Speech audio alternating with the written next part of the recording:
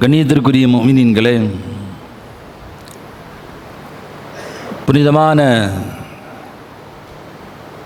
ஹஜ்ஜினுடைய கடமையை நிறைவேற்றுவதற்காக வேண்டி உலகெங்கிலிருந்தும் தல்பியா முழக்கத்தோடு ஹாஜிமார்கள் புனிதமான ஹரமுடைய மண்ணில் போய் இறங்கிக் கொண்டிருக்கிறார்கள். தமிழகத்திலிருந்தும் பல தனியார் நிறுவனங்கள் தங்களுடைய ஹாஜிமார்களை அழைத்து கொண்டு புறப்பட்டு விட்டன. நிறைய ஹாஜிகள் ரப்பிடத்திலே பெரும் எதிர்பார்ப்போடும் துஆவோடும் புறப்படுவதற்கான தயாரிப்பு பணிகளை செய்து கொண்டிருக்கிற இந்த சமயத்தில் ஹஜ்ஜுக்காக வேண்டி புறப்படக்கூடிய ஹாஜிமார்கள் ஹஜ்ஜு செய்வதற்கு வசதி இருந்தும் இதுவரை புறப்படாத முஃமின்கள் முஸ்லீம்கள் என்று இரண்டு நபர்களுக்கும் தேவையான சில செய்திகளை இந்த ஜுமாவிலே உங்களுக்கு நினைவுபடுத்துவதற்கு கடமைப்பட்டிருக்கிறேன். முதலாவது, ஹஜ்ஜு செய்யக்கூடியவர், அதற்காக தயாரிப்பு பணிகளில் ஈடுபட்டு கொண்டிருக்கக்கூடியவர்கள், புறப்படக்கூடியவர்களுக்கான செய்தி. இரண்டாவது, எல்லா வசதி வாய்ப்புகள் இருந்தும் கூட இன்னமும் ஹஜ்ஜுக்கு புறப்படாதவர்கள், இரண்டு நபர்களை பற்றியும் குர்ஆனும் ஹதீஸும் மார்க்கமும் நமக்கு சொல்லித்தரக்கூடிய சில உபதேசங்களை உங்களுடைய கவனத்திற்கு கொண்டு வருகிறேன். நிறைய ஹாஜிமார்கள் வழமை போல இந்த வருடமும் லட்சக்கணக்காக புனிதமான மக்காவிலே ஒன்று கூட இருக்கிறார்கள். அதற்கான ஏராளமான தயாரிப்புகளில் இருந்து கொண்டிருக்கிறார்கள். அவர்களுக்கு மிக முக்கியமாய் 3 செய்திகளை ஹஜ்ஜு செய்ய இருக்கக்கூடிய ஹாஜிமார்களுக்கு நான் சொல்லுவேன். ஹஜ்ஜை பற்றி குர்ஆனிலே அல்லாஹ் ஜல்ல ஷஅனஹு தஆலா சொல்லுகிற போது வலில்லாஹி அலன்னாசி ஹஜ்ஜுல் பைத்தி மன் இஸ்ததாஅ இலைஹி சபீலா, உங்களில் எவருக்கு வசதி வாய்ப்புகள் இருக்குமோ, உங்களில் யாருக்கு ஹஜ்ஜு செய்வதற்கான வாய்ப்புகள் அமையுமோ அவர்கள் மீது ஹஜ்ஜு செய்வது கடமை என்று அல்லாஹ் ஜல்ல ஷஅனஹு தஆலா அந்த வார்த்தையை சொல்லுகிறான். அந்த வார்த்தைக்கு ஒரு பெரிய மரியாதை கொடுத்து, ஒரு பெரிய கட்டளையாக உத்தரவாக அதை எண்ணி அதற்காக வேண்டி புறப்படக்கூடிய ஹாஜிமார்கள் அவர்களுக்கு சொல்லப்பட்ட இன்னும் சில செய்திகளை அவர்கள் கவனத்தில் எடுத்துக்கொள்ள வேண்டும். முதலாவது, ஹஜ்ஜை பற்றி சொல்லுகிற இடத்தில் அல்லாஹ் இப்படி பேசுகிறான். ஃபஇன்ன கைர ஸாதி தக்வா தஸவ்வது ஃபஇன்ன கைர ஸாதி அத்தக்வா. ஹஜ்ஜுக்கான தயாரிப்புகளில் ஈடுபடுங்கள், தேவையான பொருட்களை எடுத்து வையுங்கள், தேவையான வாழ்வாதாரங்களை எடுத்து வையுங்கள். ஃபஇன்ன கைர ஸாதி தக்வா என்றாலும், நீங்கள் எடுத்து வைக்கக்கூடிய பொருட்களில், நீங்கள் செய்யக்கூடிய தயாரிப்புகளில் ஆகச் சிறந்தது இறையச்சம் என்கிற அந்த தக்வாதான் என்று அல்லாஹ் ஜல்ல ஷஅனஹு தஆலா ஹாஜிமார்கள் தங்களுடைய தயாரிப்பு பணிகளில் மிக முக்கியமாய் அவர்கள் மேற்கொள்ள வேண்டிய செய்தியை அல்லாஹ் குறிப்பிடுகிறான். நிறைய செய்திகள் இந்த தக்வாவிற்குள்ளே இருக்கிறது. 3ஐ மட்டும் மிக முக்கியமாக ஹாஜிகளுடைய கவனத்திற்கு கொண்டு வர வேண்டும். முதலாவது செய்தி, உங்களுடைய ஹஜ் அல்லாஹ்விற்காக வேண்டி இருக்க வேண்டும். ஹஜ்ஜுக்கு புறப்படக்கூடிய ஹாஜிமார்களுடைய எண்ணம் இஹ்லாஸாக இருக்க வேண்டும். வஅத்திம்முல் ஹஜ்ஜ வல் உம்ரத லில்லாஹ், உங்களுடைய ஹஜ்ஜையும் உங்களுடைய உம்ராவையும் நீங்கள் அல்லாஹ்விற்காக வேண்டி மட்டும் செய்யுங்கள் என்று சொல்லுகிறது குர்ஆன். வேறு எவருக்காக வேண்டியும் அல்ல. நாம் ஹஜ்ஜு செய்யாமல் இருந்தால் ஊர் மக்கள் நம்மை எதையாவது பேசுவார்கள், விமர்சனம் செய்வார்கள் என்று பயந்தோ, எல்லோரும் ஹஜ்ஜுக்கு போகிறார்கள் எனவே நாமளும் ஹஜ்ஜுக்கு செல்வோம் என்ற எண்ணத்திலோ, அல்லது எனக்கு ஒரு ஹாஜி என்கிற பட்டம் வேண்டும் என்கிற ஆசையிலோ அல்லது அந்த இடத்தை போய் பார்க்க வேண்டும், ஒரு சுற்றுலா தலத்தை போல் அங்கே போய் சுற்றிவிட்டு வர வேண்டும் என்கிற எண்ணத்திலேயே ஒரு ஹாஜி புறப்பட்டால் ரப்பிடத்திலே அதற்கு எந்த விதமான கூலியும் இல்லை என்பதை முதலில் கவனத்தில் கொள்ள வேண்டும். அல்லாஹ் இஹ்லாஸை பார்க்கிறான், உள்ள தூய்மையை பார்க்கிறான். யாருக்காக வேண்டி ஹஜ்ஜு செய்கிறீர்கள் என்பதை அல்லாஹ் கவனிக்கிறான். நம்மளுடைய ஹஜ்ஜு ஒப்புக்கொள்ளப்பட்ட ஹஜ்ஜாக, ஹஜ்ஜே மப்ரூராக ஆக வேண்டும் என்று சொன்னால் அதில் முதல்ல தேவையானது நம்முடைய எண்ணம் இஹ்லாஸாக இருக்க வேண்டும். வெளிப்பகட்டுக்காக வேண்டியோ அல்லது நான் பெரிய பொருளாதார வசதி படைத்தவன், என்னால் வருடம் ஹஜ்ஜுக்கு செல்ல முடியும், இதோ சென்று கொண்டிருப்பதை பாருங்கள் என்று 4 பேருக்கு காட்டுவதோ நோக்கமாக இருந்தது என்று சொன்னால் செலவு செய்யப்பட்ட அந்த பணத்திற்கும் அங்கே சென்று சகித்து கொள்ளப்பட்ட அந்த சிரமத்திற்கும் ரப்பிடத்தில் எந்த கூலியும் இல்லை என்பதை நாம் கவனத்தில் கொள்ள வேண்டும். கண்ணியத்திற்குரிய ஹாஜிமார்களே, எனவே நீங்கள் முதலாவதாக எடுத்துக்கொள்ள வேண்டியது இஹ்லாஸ் என்கிற அந்த உட தூய்மை. ரப்புக்காக வேண்டி மட்டும் நான் செய்கிறேன். இந்த ஹஜ்ஜு வேறு எந்த விதமான உலக ஆதாயத்தை எதிர்பார்த்து அல்ல, யாருடைய பாராட்டையும் புகழ்ச்சியும் எதிர்பார்த்து அல்ல. என்னுடைய ரப்பு என்னை அழைக்கிறான் அவனுடைய வீட்டிற்கு, என் ரப்பு அழைத்தான் என்ற காரணத்திற்காக வேண்டி மட்டும் நான் புறப்பட்டு செல்லுகிறேன். இது மட்டும்தான் நம்முடைய நோக்கமாக இருக்க வேண்டும்.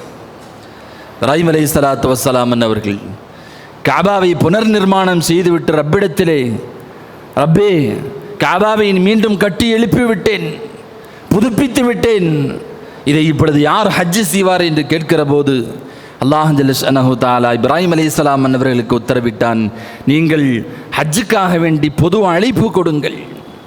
ரப்பே எப்படி கேட்கும், யாருக்கு கேட்கும்? அழைப்பு கொடுக்க வேண்டியது உங்களுடைய கடமை.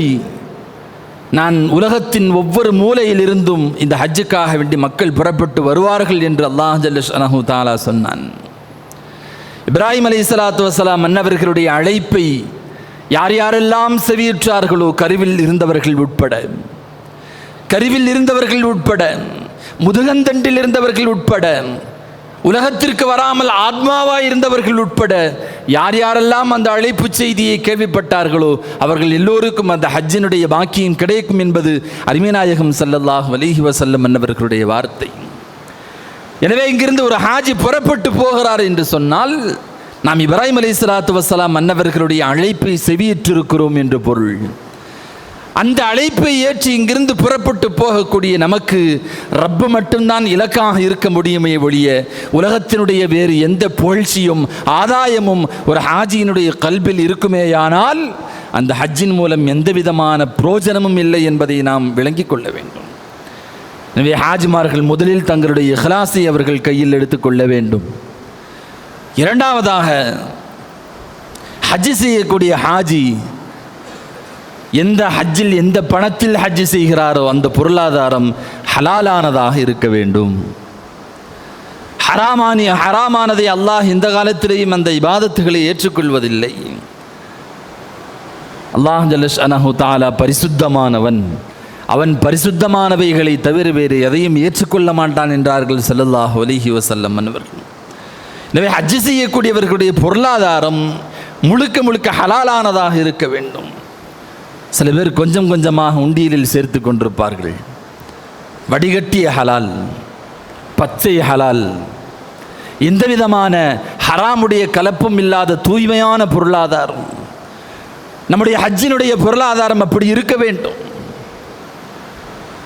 நாம் எங்கிருந்து சம்பாதிக்கிறோம், எப்படி சம்பாதிக்கிறோம், எந்த பணத்தில் நாம் ஹஜ்ஜு செய்கிறோம் என்பது கவனிக்கப்பட வேண்டும்.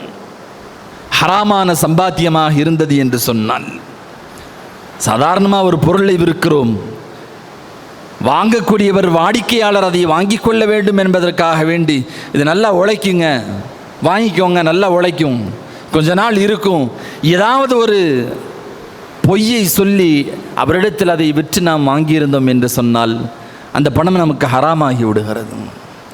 இதுபோல எத்தனை ஹராம்கள் நம்முடைய பொருளாதாரத்திலே கலந்திருக்கலாம். அல்லாஹ் பாதுகாக்க வேண்டும். எனவே ஹஜ்ஜு செய்யக்கூடியவர்கள் தங்களுடைய பொருளாதாரம் எவ்வளவு தூய்மையானது என்பதில் கவனத்தில் கொள்ள வேண்டும். நபிகள் நாயகம் ஸல்லல்லாஹு அலைஹி வஸல்லம் அவர்கள் சொன்னார்கள், ஹராமான சம்பாத்தியத்தில் எவர்கள் ஹஜ்ஜி செய்கிறார்களோ அவர்களுடைய இஹ்ராமை கலற்றி அவனுடைய முகத்தில் எரியுங்கள் என்று அல்லாஹ் மலக்குமார்களுக்கு உத்தரவிடுவதாக பெருமானார் ஸல்லல்லாஹு அலைஹி வஸல்லம் அவர்கள் சொன்னார்கள். எவ்வளவு பெரிய கேவலம்! அல்லாஹ்விற்காக இஹ்ராம் கட்டி பல்வேறு சிரமங்களை தாங்கிக் கொண்டு இங்கிருந்து புறப்பட்டு ஹஜ்ஜி செய்ய போன இவருக்கு அவருடைய இஹ்ராமை கலற்றி அவருடைய முகத்திலேயே அல்லாஹ் தூக்கி எறிகிறான் என்று சொன்னான். ஸல்லல்லாஹு அலைஹி வஸல்லம் அவர்கள் மிக கடுமையாக நமக்கு உணர்த்துகிறார்கள், ஹஜ்ஜி செய்யக்கூடிய பொருளாதாரம் ஹலாலானதாக இருக்க வேண்டும். ஹராமான சம்பாத்தியத்தில் செய்யப்படக்கூடிய ஹஜ் அது எவ்வளவு தூய்மையாக சொல்லப்பட்டாலும் செய்யப்பட்டாலும் ரப்பிடத்திலே அது ஏற்றுக்கொள்வதல்ல, அது மப்ரூரான ஹஜ் அல்ல. பெருமானார் ஸல்லல்லாஹு அலைஹி வஸல்லம் அவர்களுடைய காலகட்டத்தில் சன்ஆவிலிருந்து ஒரு மனிதர் ஹஜ்ஜி செய்வதற்காக புறப்பட்டு வந்தார். அவருடைய முடிகள் தலைவிரி கோலம், அழுக்கான ஆடைகள், பெரிய பொருளாதாரம் இல்லை, கடுமையான வறுமையும் ஏழ்மையும். சுருக்கமாக சொல்ல போனால் ஒரு துஆ ஒப்புக்கொள்ளப்படுவதற்கான எல்லா துணை காரணங்களும் அவரிடத்திலே இருந்தது. ஒரு துஆ ஒப்புக்கொள்ளப்பட வேண்டும் என்று சொன்னால் ஒரு மனிதத்தில் என்னென்ன பணிவுகள் எல்லாம் இருக்க வேண்டுமோ எல்லாம் அவரிடத்தில் இருந்தது. அந்த ஒரு நிலையோடு ஒரு மனிதர் சன்ஆவில் இருந்து புறப்பட்டு காலில் செருப்பில்லாமல், அதற்கு கூட வசதி இல்லாமல் நடந்தே வந்தார், சிரமப்பட்டு வந்தார். காபாவிலே வந்து அதன் திரைகளை பிடித்து உலுக்கி கொண்டிருந்த அவரை பார்த்து பெருமானார் ஸல்லல்லாஹு அலைஹி வஸல்லம் அவர்கள் சொன்னார்கள், இவரை பாருங்கள், இவருடைய உணவு ஹராம், இவர் சாப்பிடுகிற உணவு ஹராம், இவர் அணிந்திருக்கக்கூடிய ஆடை ஹராம், இவருடைய பொருளாதாரம் ஹராம். இவ்வளவு விஷயங்களை ஹராமாக இருந்து கொண்டிருக்கக்கூடிய இவர் ரப்பிடத்திலே இவ்வளவு புலம்புவதில் இவருக்கு என்ன பதில் கிடைத்துவிடப் போகிறது?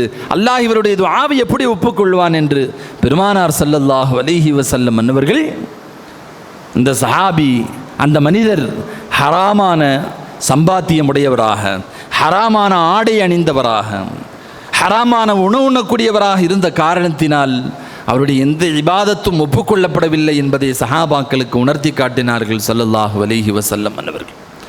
எனவே கண்ணியத்திற்குரிய முஃமினீன்களே, நம்முடைய ஹாஜிமார்களை உங்களுடைய எண்ணம் மிகச் சரியாக தூய்மையானதாக இருக்க வேண்டும்.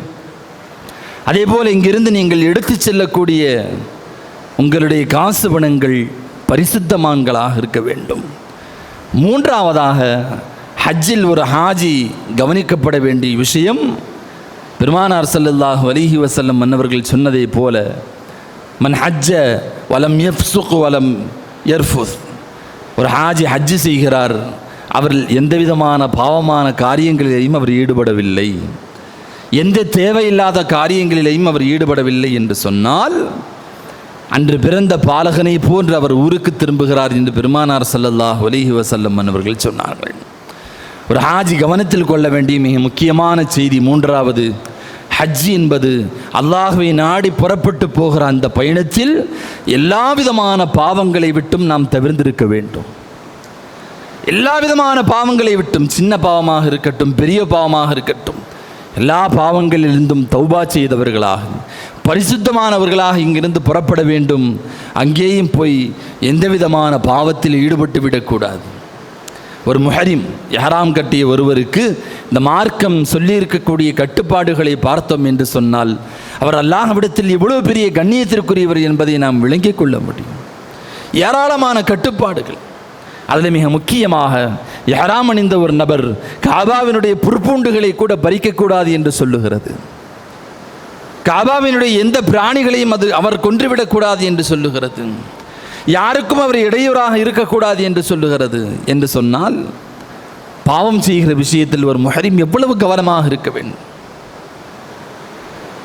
நபிகள் நாயகம் ஸல்லல்லாஹு அலைஹி வஸல்லம் அவர்கள் மதீனாவிலிருந்து ஹஜ்ஜி செய்வதற்காக புறப்பட்டு வருகிறார்கள். வருகிற வழியிலே துல் ஹுலைஃபா என்கிற இடத்தில் ஸல்லல்லாஹு அலைஹி வஸல்லம் இஹ்ராம் கட்டினார். இஹ்ராம் கட்டிவிட்டு ரசூல் ஸல்லல்லாஹு அலைஹி வஸல்லம் அவர்களுடைய லக்கேஜும் அபூபக்கர் சித்தீக் ரலியல்லாஹுடைய லக்கேஜும் ஒரு தனி ஒட்டகத்தில் ஏற்றப்பட்டு ஒரு சஹாபியிடத்திலே பொறுப்பு வழங்கப்பட்டது. இந்த பொருட்களையும் ஒட்டகத்தையும் நீங்கள் பாதுகாப்பாக மக்கா வரை கொண்டு வந்து சேர்க்க வேண்டும். ஹஜ்ஜினுடைய பயணம் போய் கொண்டிருக்கிறது. பயணப்பட்டு கொண்டிருக்கிற சமயத்தில் ஓரிடத்தில் ஓய்வெடுக்கிற போது அந்த சஹாபி கொஞ்சம் அசந்து விட்டார், கவனக்குறைவாக இருந்து விட்டார். பெருமானார் ஸல்லல்லாஹு அலைஹி வஸல்லம் அன்னவர்களுடைய அபூபக்கர் நாயகத்தினுடைய பொருட்களோடு அந்த ஒட்டகம் எங்கேயோ தொலைந்து போய்விட்டது. அவர்கள் கடுமையான பதட்டம், என்ன பதில் சொல்ல போகிறோம் என்று அங்கும் இங்கும் அவர் தேடிக்கொண்டிருக்கிற சமயத்தில் அபூபக்கர் சித்திக் ரலியல்லாஹு அன்ஹு அவர்களுடைய கவனத்திற்கு செய்தி வந்தடைகிறது, உங்களுடைய ஒட்டகம் காணவில்லை, நீங்கள் கொண்டு வந்த உங்களுடைய வாழ்வாதார பொருட்கள் எல்லாம் அதில் போய்விட்டது. அபூபக்கர் சித்திக் ரலியல்லாஹு அன்ஹு அவர்கள் பெருமானார் இருக்க அந்த மனிதரை கூட்டி அதட்டுகிற வேகத்தில் லேசாக அடித்து விடுவார்கள். இந்த நேரத்தில் பெருமானார் ஸல்லல்லாஹு அலைஹி வஸல்லம் அவர்கள் சிரித்து கொண்டே அதே நேரத்தில் அபூபக்கர் சித்திக் ரலியல்லாஹு அன்ஹு அவர்களை குத்தி காட்ட வேண்டும், உணர்த்த வேண்டும் என்பதற்காக வேண்டி சஹாபாக்களை பார்த்து சொன்னார்கள், இங்கே பாருங்கள், எல்லோரும் இங்கே கொஞ்சம் பாருங்கள், இஹ்ராம் கட்டிய ஒருவர் தன்னுடைய சகோதரனை, தனக்கு கீழ் இருக்கக்கூடிய ஒரு வேலைக்காரரை இஹ்ராம் கட்டிய நிலையில் அடிப்பதை பாருங்கள் என்று பெருமானார் ஸல்லல்லாஹு அலைஹி வஸல்லம் அவர்கள் சிரித்து கொண்டே சொன்னார்கள். பெருமானார் சிரித்து கொண்டு சொன்னாலும் ஹஸரத் அபூபக்கர் சித்திக் ரலியல்லாஹு அன்ஹு அவர்களுடைய தவறை அங்கே உணர்த்துவதுதான் நோக்கம். சாதாரண தன்னுடைய வேலைக்காரனை கூட இஹ்ராம் கட்டிய நிலையில் சாதாரணமாக கை வைப்பதை பெருமானார் ஸல்லல்லாஹு அலைஹி வஸல்லம் அவர்கள் கண்டிக்கிறார்கள் என்று சொன்னால், ஒரு முஹரிம் ஹஜ் செய்யக்கூடிய ஒருவர் ஹாஜி புறப்பட்டு அங்கே சென்று அல்லாஹ் ரசூல் அனுமதிக்காத காரியங்களில், அடுத்தவர்களுக்கு இடையூறு தரக்கூடிய காரியங்களில், அடுத்தவர்களுக்கு சிரமம் தரக்கூடிய காரியங்களில் ஈடுபடுகிறார் என்று சொன்னால் அது எவ்வளவு கடுமையானது, எவ்வளவு மோசமான ஒரு குணம் என்பதை ஹாஜிமார்கள் கவனத்திலே கொள்ள வேண்டும். இதையெல்லாம் நாம் கவனத்திலே கொண்டு செய்யப்படுகிற ஹஜ்ஜு தான் ரப்பிடத்திலே ஹஜ்ஜே மப்ரூராக ஒப்புக்கொள்ளப்பட்ட ஹஜ்ஜாக மாறும்.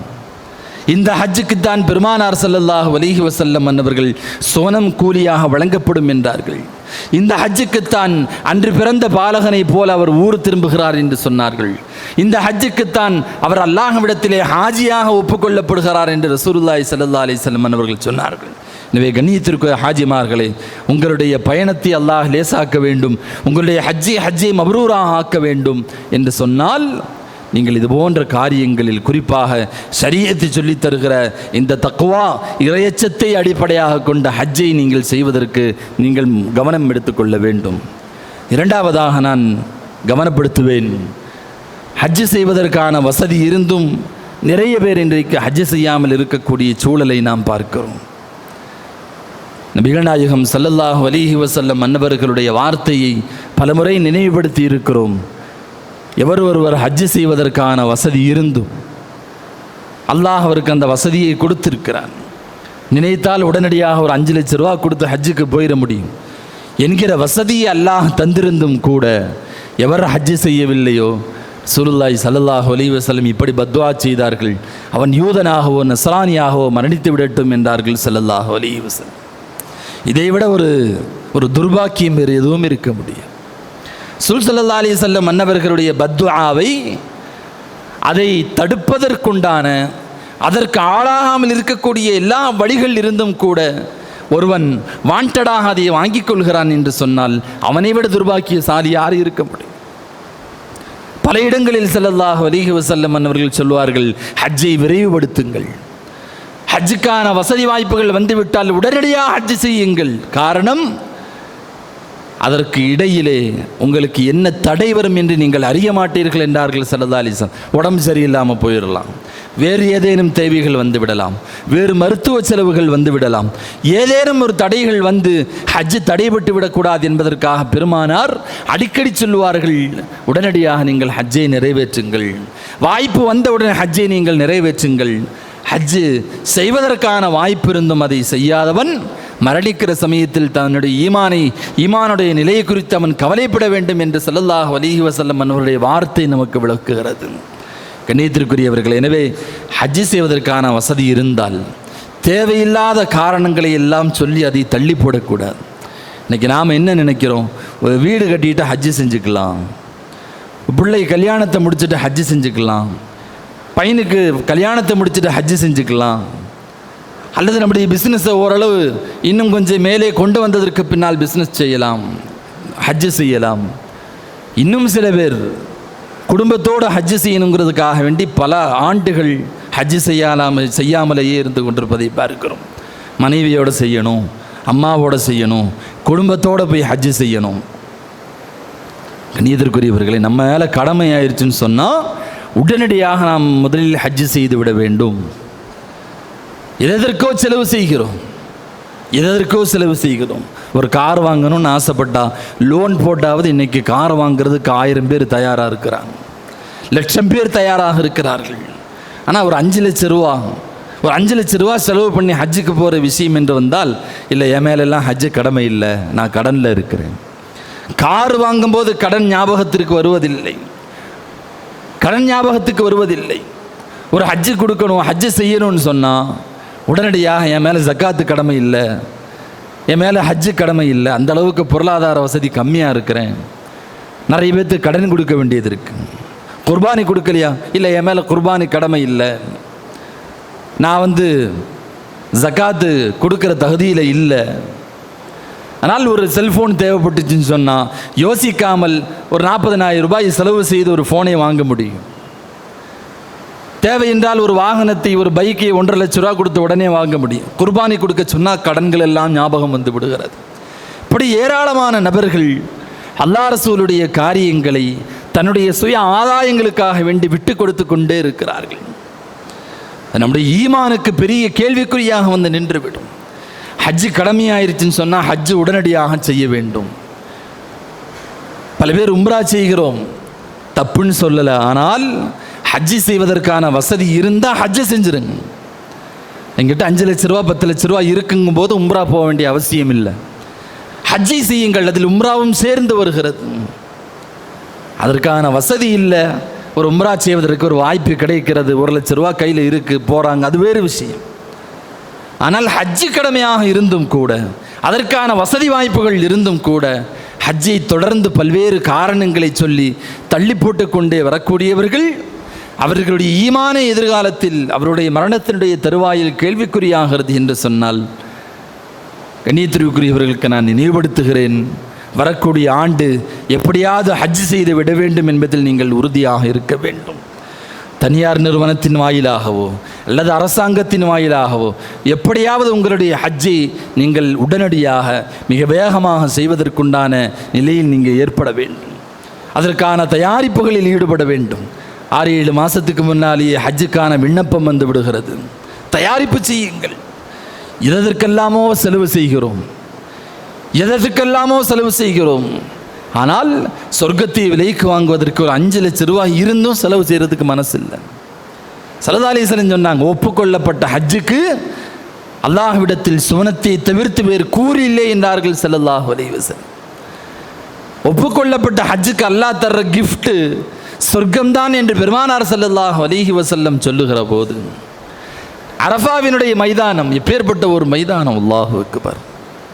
அங்கு போய் யாராவது நின்று கொண்டு நம்மளை அல்லாஹ் மன்னிப்பானான்னு நினைக்கிறது பெரும்பாவன்னு சொல்கிறாங்க மார்க்கறிஞர்கள்.